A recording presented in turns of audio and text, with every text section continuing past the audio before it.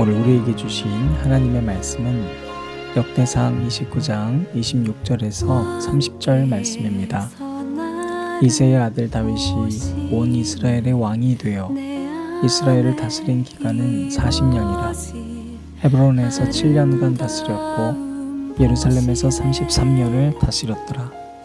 그가 나이 많아 늙도록 부하고 존귀를 누리다가 죽음에 그의 아들 솔로몬이 대신하여 왕이 되니라.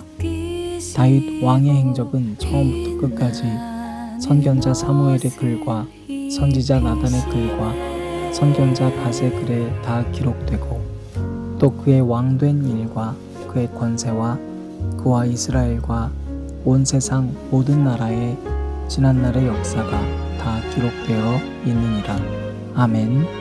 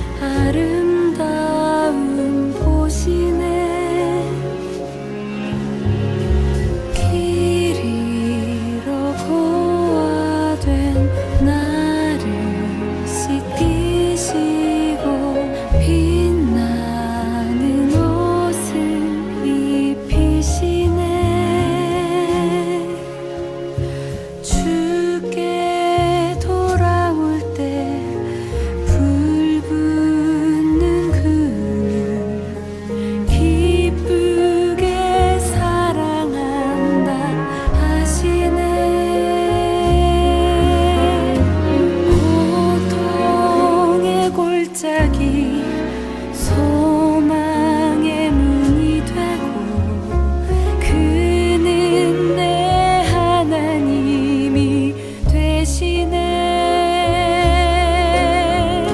주께 돌아올 때 불붙는 그는 기쁘게 사랑한다 하시네.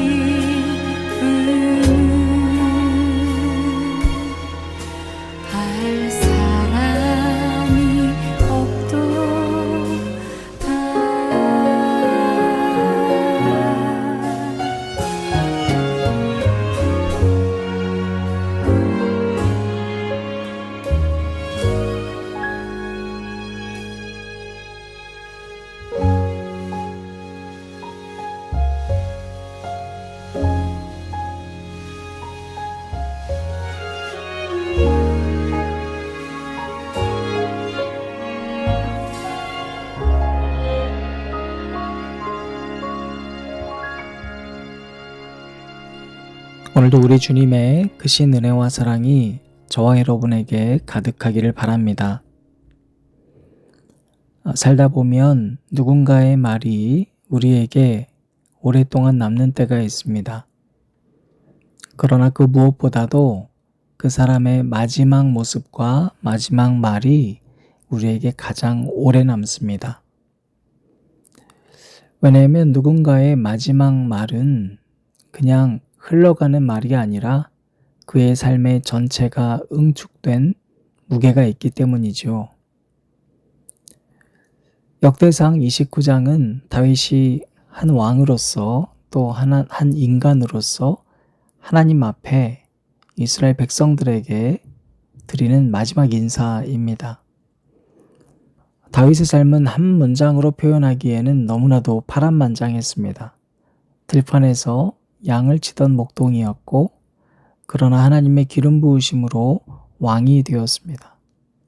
왕이 되었지만 되기 전과 후 모두 도망자의 인생이었고, 때로는 누구보다 용감한 용장이기도 했습니다. 그러나 그는 자신이 아끼던 부하를 죽이고 그 부하의 아내를 간음했던 죄인이기도 했습니다. 그럼에도 불구하고 하나님의 마음에 합한 자라고 불릴 수 있었던 이유는 그의 진심이 그 끝에는 결국에 하나님의 마음에 합당했기 때문입니다. 여러분, 유대 민족에서 첫 번째 왕이고 예수님을 잇는 가장 중요한 통로인 다윗의 삶이 오늘 우리에게 6월 마지막 날 울려 퍼지고 있습니다. 일개 목사의 말을 귀담아 들을 필요는 없겠지만 이 다윗이 전하고 있는 진심 어린 삶의 응축된 메시지를 저와 여러분 모두가 귀 기울여 보기를 바랍니다. 첫 번째로 다윗은 자신의 인생이 끝이 아니라는 것을 알고 있었습니다. 다윗은 마지막 순간에도 자기 자신에게 집중하지 않았고 자신의 모든 사역을 이어가야 할 다음 세대를 위한 준비 작업으로 이루어져 있었습니다. 많은 목사님들이, 많은 리더들이 자기가 생각했던 사역에 집중은 잘합니다. 그러나 내가 아닌 그 누군가를 잇기 위한 다리를 선택하지는 않습니다. 왜냐하면 내가 주인공이 될 수 없기 때문이죠. 다윗의 평생 소원이 성전 짓는 거였습니다. 그런데 하나님께서는 그거 안 된다고 거절했습니다. 다음 세대가 지을 거라고 했습니다. 그러면 다윗은 자기의 사역이 아니니까 포기해도 되잖아요. 어차피 다음 사람이 한다 했으니까 하나님께서 그 사람을 통해서 일하실 거 아닙니까? 여러분, 우리는 이렇게 내가 원하지 않는 사역들을 거절할 때가 얼마나 많습니까? 그러나 다윗은 자신이 아닌 그 다음 세대인 솔로몬이 성전을 짓게 될 것을 알았기 때문에 오히려 오늘 마지막 순간까지 자신의 모든 것들, 은과 금과 그리고 그뿐만이 아니라 온 마음과 기도와 백성들의 동참까지도 일궈내고 있습니다. 그래서 아름다울 수가 있는 겁니다. 내 사역이 아닌데 내가 감당하지 않을 것이고 내가 결과물을 볼 수 없다 해도 그래서 더 최선을 다하는 것. 내 아들 솔로몬은 어리고 미숙하니 라고 시작하는 29장 1절은 솔로몬이 아직은 미숙하다라는 것을 우리 모두에게 소개시켜주고 있습니다. 사랑하는 여러분, 오늘 우리의 자리는 어떻습니까? 우리는 어떤 자세로 오늘을 살아가고 있을까요? 6월의 마지막 날 우리는 지난 한 달간 어떤 자세로 섬기고 있습니까? 우리에게 주어진 사명, 우리가 포기할 때 환경이 문제라고, 사람들이 문제라고 얘기할 때가 참 많습니다. 그러나 그때 우리는 포기하는 것이 아니라 그래서 그 사람도 일을 할 수 있도록 다리 놓는 사람들이 되어야 합니다. 더욱 철저히 내 은과 금과 마음과 기도와 내가 함께 할 수 있는 사람들을 동원해 내는 다윗이 되시기를 축복합니다. 지난 주일 우리 우희민 전도사님과 배한범 형제님의 선교 간증을 들으면서도 그런 생각이 들었습니다. 한범 형제는 돌아오는 길에 또 다른 선교지로 오는구나 라는 절실함이 느껴졌다고 했습니다. 그 느낌을 고백할 수 있는 목회자나 선교사는 사실 별로 없습니다. 오히려 많은 목회자나 선교사님들은 선교 현장은 늘 여기에서부터 멀리 있다고만 생각하거든요.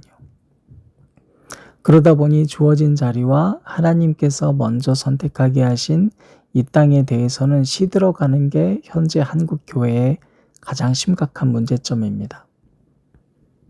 그래서 한국 땅의 문제점이 이미 10년 전부터 자기 스스로 자기의 목숨을 끊는 비율이 압도적으로 높은 나라임에도 불구하고 우리는 외면하고 있습니다.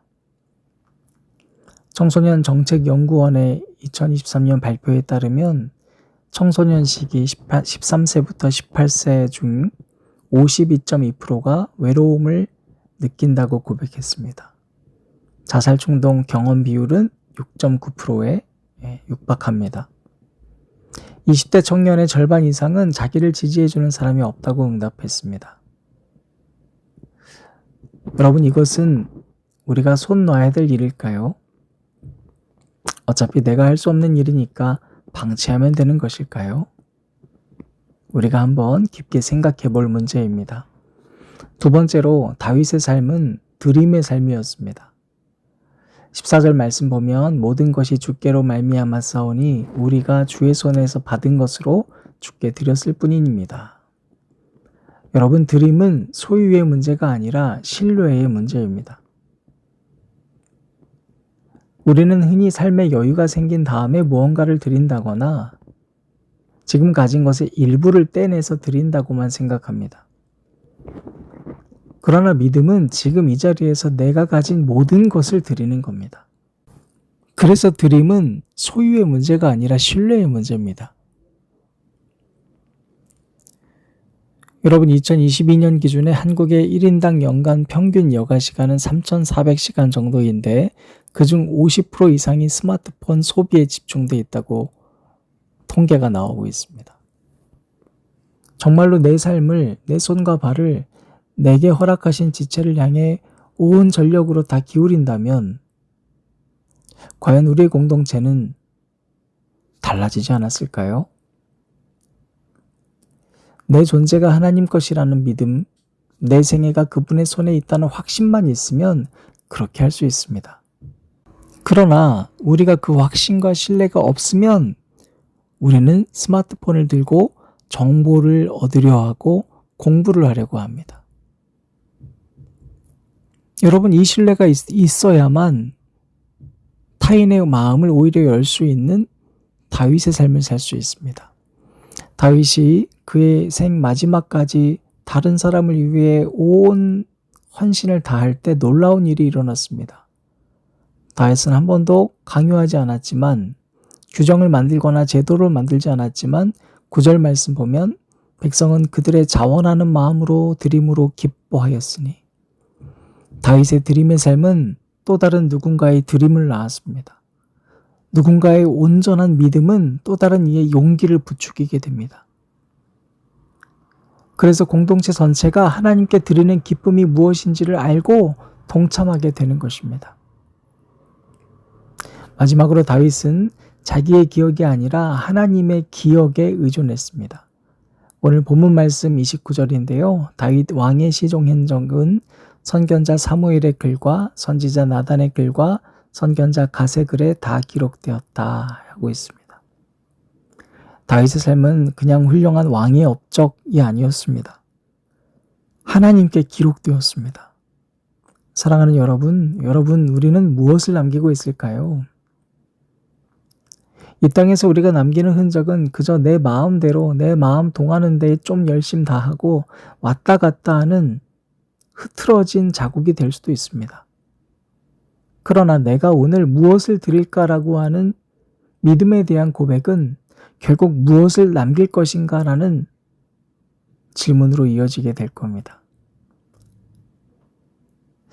사랑하는 여러분, 이 시대는 기억보다는 기록이 사라지는 시대인 것 같습니다. 그러나 하나님은 결코 잊지 않으십니다.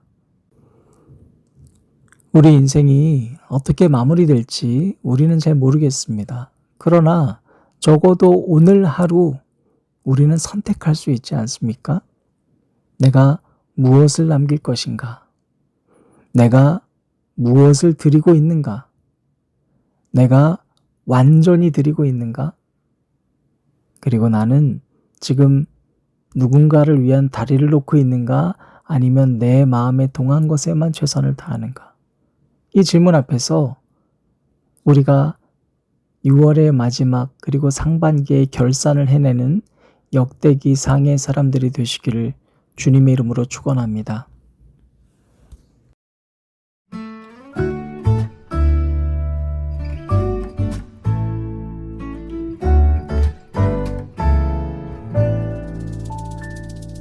하나님 주신 선물 서로 사랑하며 위로해. 하나님 주신 사랑 서로 바라보며 주 닮아가는 우리. 하나님 시선으로 서로 바라보며 감사해. 세상과 다른 손길 속에 품어주며 주 향해 가는 우리. 아빠의 모습 속에 주 보게 되고 엄마의 사랑에 조건 없는 주님의 사랑 느끼죠. 주의 이름으로 언제나 변함없이 사랑해. 주의 발걸음 따라가는 우리. 하늘 아래 작은 천국.